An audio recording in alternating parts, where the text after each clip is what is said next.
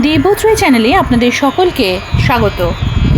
স্বামী শারদেশানন্দজির লেখা শ্রী শ্রী মায়ের স্মৃতিকথা থেকে পাঠ। আজ পর্ব 42। জননীং শারদাং দেবীং রামকৃষ্ণং জগদ্গুরুং পাদপদ্মে তয় শ্রিত্বা প্রণমামি মুহুর্মুহু। চলছে অন্তিম পর্ব, গতদিনের পর্বের পরবর্তী অংশ। গরিব দুঃখীদের প্রতি শ্রী শ্রী মায়ের সহানুভূতির প্রসঙ্গে আরেকটি ঘটনা মনে পড়ে। শ্রী শ্রী ঠাকুরের ভক্ত বলরাম বসুর পুত্র রামকৃষ্ণ বসুর দেহত্যাগের সময়ে বলরাম মন্দিরে ছিলাম। রামবাবুর শরীর যাইবার 2-4 দিন পূর্বে তিনি একটি উইল করেন। তখন শ্রী শ্রী মা অসুস্থ অবস্থায় উদ্বোধনে ছিলেন। ওই উইল হইবার পরদিন অপরাহ্নে শ্রী শ্রী মায়ের সেবিকা শ্রীযুক্তা সরলা দেবী শ্রী শ্রী মায়ের নিকট ওই উইলের কথা জানাইয়া বলেন যে রামবাবু তাহার উইলে ঠাকুর সেবা ও অনেক সাধুদের সেবার জন্য বহু টাকার ব্যবস্থা করিয়াছেন। আমি সেই সময়ে শ্রী শ্রী মায়ের নিকট উপস্থিত ছিলাম। সরলা দেবীর ওই কথা শুনিয়া শ্রী শ্রী মা আমার মুখের দিকে চাহিয়া জিজ্ঞাসা করিলেন, গরিব দুঃখীর জন্য কিছু করলে? আমি কিছু জানিতাম না। শ্রী শ্রী মায়ের গরিব দুঃখীদের প্রতি দরদ দেখিয়া মুগ্ধ হইয়া শুধু তাহার মুখপানে চাহিয়া রহিলাম। পূজনীয় শরৎ মহারাজ মায়ের অসুখে জয়রামবাটি আসিয়াছেন। সুস্থ হইবার পরও মা কলকাতায় যাইতে অসম্মত হওয়ায় মায়ের দাড়ি মাতৃ সন্নিধানে পরমানন্দে মাসাধিককাল বাস করিয়া উদ্বোধনে প্রত্যাবর্তনের জন্য দিন স্থির করিয়াছেন। তদনুসারে সেদিন সকালে মাকে ভক্তি ভরে প্রণাম করিয়া ও তাহার আশীর্বাদ গ্রহণান্তর সকলে বাহির হইয়া পদব্রজে কামারপুকুর গেলেন। সেখান হইতে পরদিন যোগেন মা ও গোলাপ মা গরুর গাড়িতে কোয়ালপাড়া যাইবেন। শরৎ মহারাজ পালকিতে বদনগঞ্জ হাই স্কুল পরিদর্শন করিতে যাইবেন এবং মধ্যাহ্নে শ্যামবাজারে ভক্ত হেডমাস্টার প্রবোধবাবুর বাড়িতে আহার করিয়া সন্ধ্যায় কোয়ালপাড়ায় গিয়া তাহাদের সঙ্গে মিলিত হইবেন। অতিশয় ভক্তিমান প্রবোধবাবু অনেক খুঁজিয়া মহারাজকে বহন করিবার উপযোগী সেকেলে এক সুবৃহৎ পালকি ও জোয়ান 8 জন বেহারা ঠিক করিয়াছেন। স্কুল পরিদর্শন ও আহারে অবেলা হইল। মায়েরই স্বভাবপ্রাপ্ত মাতৃভক্ত শারদানন্দ নিজের সুখ সুবিধার জন্য অপরকে উদ্ব্যস্ত করিতে অপারগ।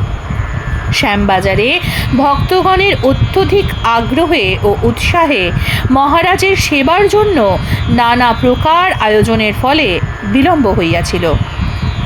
তাহাদের খুব চিন্তিত দেখিয়া মহারাজ সকলকে নিশ্চিন্ত করিয়া বলিয়া দিলেন যে ব্যস্ত হইয়া তাড়াহুড়া করিবার প্রয়োজন নাই। মহারাজের সঙ্গীগণ মনে মনে বিরক্ত হইলেও মহারাজের জন্য কিছু বলিতে পারিলেন না এবং বিলম্ব হইলেও সকলে পরম সন্তোষে ভোজন ও বিশ্রামাদি করিলেন। বিশ্রামান্তে দেখা গেল কোয়ালপাড়া পৌঁছিতে রাত্রি অধিক হইয়া যাইবে। সেজন্য স্থির হইল জয়রামবাটি আসিয়া মহারাজ রাত্রে মায়ের বাড়িতে বিশ্রাম করিয়া পরদিন প্রত্যুষে কোয়ালপাড়া যাইবেন।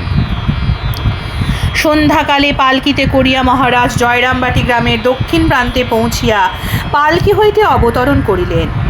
মায়ের ও ঠাকুরের জন্মস্থানে তিনি খালি পায়ে যাতায়াত করেন। খালি পায়ে হাঁটিয়া জুতা হাতে করিয়া মায়ের বাড়িতে যখন পৌঁছিলেন তখন রাত্রি হইয়াছে। পূর্বেই স্বামী ভূমানন্দ আসিয়া মায়ের বাড়িতে তাহাদের পুনরাগমন ও রাত্রিবাসের কথা এবং রাত্রে আহারাদির প্রয়োজন নাই জানাইয়াছিলেন। মহারাজের আগমনে সকলে খুব খুশি। মহারাজের বিছানাপত্র কোয়ালপাড়ায় চলিয়া গিয়াছিল। মা নিজের ঘর হইতে বিছানাদি দিয়া ভালো করিয়া বিছানা করিয়া দিতে বলিলেন। মহারাজ মাকে প্রণাম করিয়া রাত্রে কিছু আহারের প্রয়োজন নাই, অবেলায় খুব বেশি খাওয়া হইয়াছে জানাইলেও মা একটু মিষ্টি মুখে দিয়া জল খাইতে বলিলেন। একেবারে খালি পেটে ছেলেরা রাতে শুইয়ে থাকবে, ইহা তাহার সহ্য হইবে না, মনে দুঃখ হইবে। মায়ের কথায় তাহারা মিষ্টি মুখ করিয়া বৈঠকখানায় গিয়া গল্পগুজব আরম্ভ করিলেন। পালকির বেহারাদের বড় মামার বৈঠকখানায় থাকার ব্যবস্থা করিয়া দেওয়া হইল। রাত্রে জলখাবারের জন্য ভূমানন্দজি পূর্বেই তাহাদের একটা টাকা দিয়াছিলেন। মা বেহারাদেরও জলখাবারের ব্যবস্থা করিতে বলিলেন। তখন তাহাকে বলা হইল যে সেসব ঠিক করা হইয়া গিয়াছে। সকল হাঙ্গামা মিটিয়া গেলে মা খুশি ও নিশ্চিন্ত হইয়া শয়ন করিলেন। বাহিরের ঘরে সকলে মহারাজের সঙ্গে বসিয়া বদনগঞ্জ স্কুলের অভ্যর্থনার্থী, শ্যামবাজারে প্রবোধবাবুর বাড়িতে সকলের উৎসাহ সাদর অভ্যর্থনা, ভোজনের পরিপাটি ইত্যাদির গল্প শুনিতেছেন। রাত্রি অধিক হইয়াছে। হঠাৎ মায়ের ঘরের দিকে সদর দরজার কিনার হইতে শব্দ শোনা গেল। ওগো, তোমরা সব শুয়ে পড়লে, আমাদের জল খাবার দিলে না। উচ্চ আওয়াজ না হইলেও নিস্তব্ধ রাত্রে সেই শব্দ অকস্মাৎ বৈঠকখানাতে আলোড়ন উপস্থিত হইল। ভূমানন্দ স্বামী তৎক্ষণাৎ সম্মুখের দরজা খুলিয়া বাহিরে গেলেন এবং সেই বাক্য উচ্চারণকারীদের নিকটে গিয়া তাহাকে চুপ করিতে বলিলেন। মা যে ছেলের কাছে বেহারাদের জলখাবারের কথা জিজ্ঞাসা করিয়াছিলেন, তিনি বৈঠকখানার পিছনের দরজা দিয়া ছুটিয়া বাহির হইয়া ভাঁড়ার ঘরে প্রবেশ করিলেন এবং এক হাতে মুড়ির টিন ও অপর হাতে গুড়ের পাত্র লইয়া আসিয়া নিমেষের মধ্যে সেই লোকটির কাপড়ে মুড়ি যথেষ্ট ঢালিয়া দিয়া গুড়ও দিলেন। ভূমানন্দ স্বামী সেই লোকটিকে লইয়া বড় মামার বৈঠকখানার দিকে গমন করিলেন। মায়ের নিদ্রাবেশ হইয়াছিল। পূর্বোক্ত উচ্চ আওয়াজে তাহার নিদ্রাবেশ কাটিয়া গেল। শুইয়া শুইয়াই ডাকিলেন, বাবা। সন্তান ততক্ষণে মুড়িচ দিয়া তাহার বিছানার পাশে গিয়া দাঁড়াইছেন। জবাব দিলেন, মা। বাবা, বেহারাদের জলখাবার দেওয়া হয়নি? মা জিজ্ঞাসা করিলে সন্তান জানাইলেন যে তিনি মুড়ি গুড় দিয়া আসিয়াছেন এবং পূর্বেও তাহাদের একটি টাকা জলখাবারের জন্য দেওয়া হইয়াছিল। মায়ের ভাড়ার হইতে মুড়ি গুড় দিয়া তাহাদের খুশি করা হইয়াছে শুনিয়া মা আনন্দিত হইয়া পাশ ফিরিয়া শুইলেন। এদিকে বড় মামার বৈঠকখানায় ভীষণ ব্যাপার। ভূমানন্দ স্বামীর রুদ্রমূর্তি ও কঠোর বাক্যে গরিব বেহারারা কম্পিত কলেবর, জোর হস্তে দণ্ডায়মান। স্বামীজি শাসন বাক্যে বলিতেছেন, তোমাদের প্রথমেই জলখাবারের জন্য একটি টাকা দিয়ে বলে দিয়েছি, আর কিছু চেও না। তবে এই গভীর রাত্রে আবার বিরক্ত করতে গিয়েছিলে কেন? মায়ের ঘুম ভাঙিয়েছ, বাড়ি শুদ্ধ সকলকে উদ্ব্যস্ত করেছ কেন? বেহারাদের সর্দার যে খাবার চাহিতে গিয়াছিল, সে অত্যন্ত কাতরভাবে নিবেদন করিল, মশাই, আমরা পাড়ায় মুড়ি কিনতে গিয়েছিলুম। পাড়ার লোক সব বললে বেটারা আহম্মক, মায়ের বাড়ি এসে রাত্রে মুড়ি কিনতে খুঁজে খুঁজে বেড়াচ্ছ। যাও, দরজার পাশে গিয়ে চাইলেই এক্ষুনি পেট ভরা মুড়ি গুড় পেয়ে যাবে। মশাই, আমরা যেতে চাইনি, ওরা বারবার বলতে লাগলো, আর আমাদের খিদেও পেয়েছে, কোথায় মুড়ি পাবো না পাবো ঠিক নেই। তাই ভেবে চিনতে গিয়ে আস্তে আস্তে একবার বললুম, আর মুড়ি গুড় পেয়েও গেছি। আমাদের কোনো অপরাধ নেই, এখানকার লোকেরাই আমাদের শিখিয়ে পাঠিয়েছে। ভূমানন্দজির রাগ অনেকটা কমিল বটে, তবুও বলিলেন, দে টাকা ফেরত। তাহারা একটু ইতস্তত করিয়া কাকতি মিনতি আরম্ভ করিলে আর টাকা লইলেন না। মায়ের বৈঠকখানায় ফিরিয়া গিয়া পূজনীয় শরৎ মহারাজকে যখন সকল ঘটনা জানাইলেন, তখন মহারাজ খুব কৌতুক বোধ করিয়া হাসিতে লাগিলেন। বলিলেন, মায়ের বাড়ির মুড়ি গুড় তো তাদের পাওনা ঠিকই আদায় করেছে। যারা বেশি সাবধান হয়ে অগ্রিম টাকা দিয়েছেন তারাই তো ঠকেছেন। এমনি অপরিচিত বেহারা মজুরদের পর্যন্ত মা কিরূপ স্নেহ মমতা করিতেন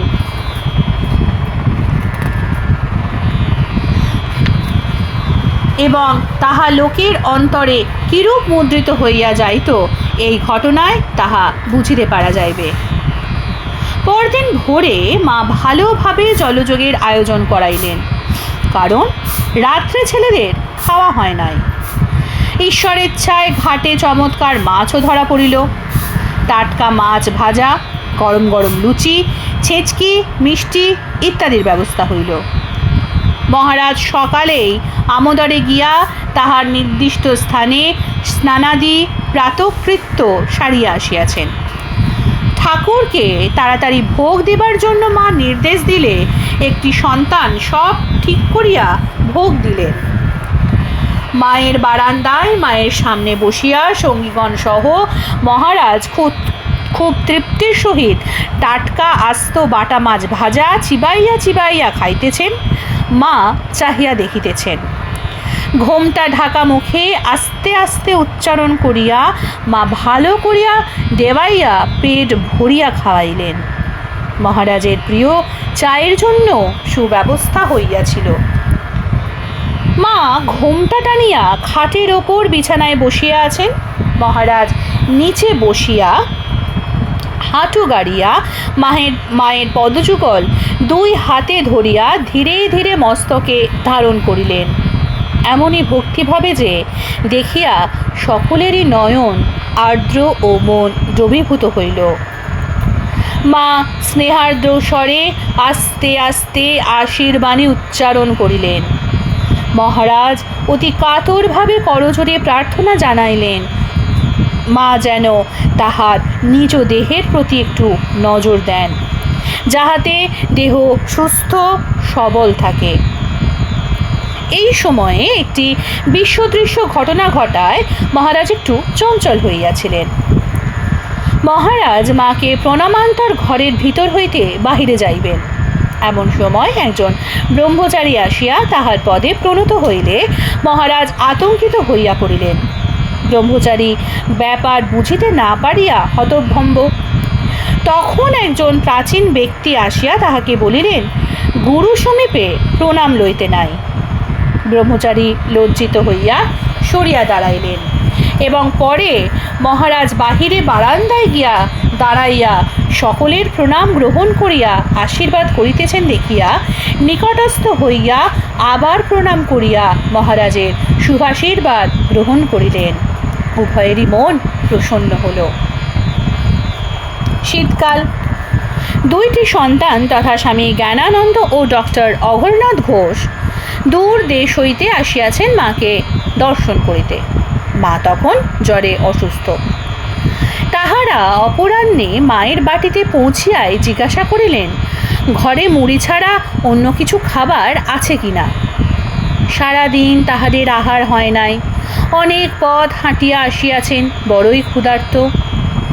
মায়ের বাটিতে অবস্থানকারী একজন সন্তান তথা স্বামী শারদেশানন্দ বলিলেন যে দ্বীপ্রহরে খিচুড়ি হইয়াছিল, সেই খিচুড়ি আছে, তবে উহা ঠান্ডা। শীতকালে ঠান্ডা খাবার খাওয়া উচিত নহে, একটু অপেক্ষা করিলে উহা গরম করিয়া দেওয়া যাইবে। তাহারা অত্যন্ত ক্ষুধার্ত। অপেক্ষা না করিয়া সেই ঠান্ডা খিচুড়ি তৃপ্তির সহিত পেট ভরিয়া খাইলেন। মাকে এ সম্বন্ধে কিছুই জিজ্ঞাসা করা হয় নাই। মা অপরের নিকট একথা শুনিয়া সেই খিচুড়ি পরিবেশনকারী সন্তানকে ডাকিলেন। মা বিছানায় পড়িয়া আছেন। সন্তান নিকটে উপস্থিত হইতেই কাতর দৃষ্টিতে তাহার দিকে চাহিয়া আর্দ্রস্বরে বলিলেন, বাবা, ওদের ঠান্ডা খিচুড়ি খেতে দিলে, যদি অসুখ করে। মায়ের দুঃখ ও উদ্বেগ দেখিয়া তাহারও মনে চিন্তা উপস্থিত হইল। তিনি মাকে অতিশয় নম্রভাবে নিবেদন করিলেন যে তাহারও ইচ্ছা ছিল না ঠান্ডা খিচুড়ি দিতে, কিন্তু উহারা অত্যন্ত আগ্রহ করায় বাধ্য হইয়া দিয়াছেন। মা আফসোস করিতে লাগিলেন। তাহার অসুখ দেখিবার জন্য ছেলেরা কত কষ্ট করিয়া আসিয়াছে, নিজে কিছু খাওয়াইতে পারিলেন না, এখন এই ঠান্ডা খিচুড়ি খাইয়া তাহারাই না অসুস্থ হয়। সন্তানও বুঝিলেন মাকে জিজ্ঞাসা করিয়া কাজ করিলেই ভালো হইত। উভয়ে উদ্বেগে রহিলেন। কিন্তু ঠাকুরের কৃপায় তাহাদের কোনো অসুখ করে নাই দেখিয়া প্রভাতে উভয়েই নিশ্চিন্ত হইলেন। মায়ের অতি স্নেহ যত্নে ছেলেদের খাওয়ানো সম্বন্ধে আরও 2টি ঘটনার উল্লেখ করিতেছি। একটি সন্তান তথা স্বামী শারদেশানন্দ অসুস্থ হইয়া চিকিৎসা ও বায়ু পরিবর্তনের জন্য অন্যত্র গিয়া মাসখানেক থাকিয়া ফিরিয়া আসিয়াছেন। শরীর বেশ ভালোই হইয়াছে। রাত্রে আহারে বসিয়াছেন অপরের সঙ্গে, মা খাওয়াইতেছেন, সকলকে রুটি দিতেছে। তাহাকে জিজ্ঞাসা করিলেন কখানা রুটি দিবেন। তিনি 4খানা দিতে বলিলে মা আতঙ্কিত হইয়া আর্তস্বরে উচ্চকণ্ঠে বলিয়া উঠিলেন, একই তুমি এখনো 4খানা রুটির বেশি খেতে পারোনি? মায়ের স্বরে এমনই একটি বেদনা প্রকাশ পাইল যে শুনিয়া সকলেই বিস্মিত হইলেন। মনে হইল যেন তাহার হৃদয় ভাঙিয়া গিয়াছে। সন্তান মাকে আশ্বস্ত করিয়া জানাইলেন তাহার শরীর খুব ভালোই আছে, আর রাত্রে 4খানার বেশি রুটি তাহার সাধারণত প্রয়োজন হয় না। দ্বিতীয় ঘটনা। একটি সন্তান তথা স্বামী জ্ঞানানন্দ মায়ের বাড়িতে রহিয়াছেন। তিনি যেদিন পরিশ্রমের কাজ কিংবা ডন বৈঠক, কুস্তি ইত্যাদি বেশি করেন, সেদিন রাত্রে রুটি বেশি খাইয়া ফেলেন। রাঁধুনি ব্রাহ্মণী এজন্য তাহার উপর চটিয়াছিল। একদিন অপরাহ্নে রাঁধুনি সেই সন্তানটিকে রুক্ষ স্বরে বলিল, রাত্রে তিনি কয়খানি রুটি খাইবেন যেন ঠিক করিয়া বলেন। রাঁধুনির বাক্য মা শুনিতে পাইলেন। খাওয়া সম্বন্ধে এরূপ কর্কশ বাক্য বলায় তাহার হৃদয় ব্যথিত হইয়া উঠিল। তিনি রাঁধুনিকে লক্ষ্য করিয়া দৃঢ়স্বরে বলিলেন, জোয়ান ছেলে, পেট ভরে রুটি খাবে, যতখানা খেতে পারে খাবে, তার আবার গোনাগুনি কি? তোমায় কিছু করতে হবে না, আমিই ছেলেদের দেখবক্ষণ। মায়ের কথায় লজ্জিত ও সংকুচিত হইয়া রাঁধুনি সরিয়া গেল, আর রুটির সংখ্যা সম্বন্ধে খোঁজ করিল না। খাওয়ানোতেই মাতৃহৃদয়ের প্রকৃষ্ট প্রকাশ দেখা যায় সর্বত্র। গর্ভধারিণীর ন্যায় ছেলেদের খাওয়ানোতে তাহাদের স্বাস্থ্য ভালো থাকে, শরীরের পুষ্টি হয়। মাও সেইভাবে তাহার সন্তানদের খাওয়াইতেন। আহার্য বস্তু যাহাতে সুসিদ্ধ, স্বাদিষ্ট, পরিষ্কার পরিচ্ছন্ন হয়, তাহার জন্য মা যত্ন করিতেন, সন্দেহ নাই। কিন্তু জিহ্বার লালসা বৃদ্ধি বা ভোজনে বিলাসিতা একেবারেই পছন্দ করিতেন না।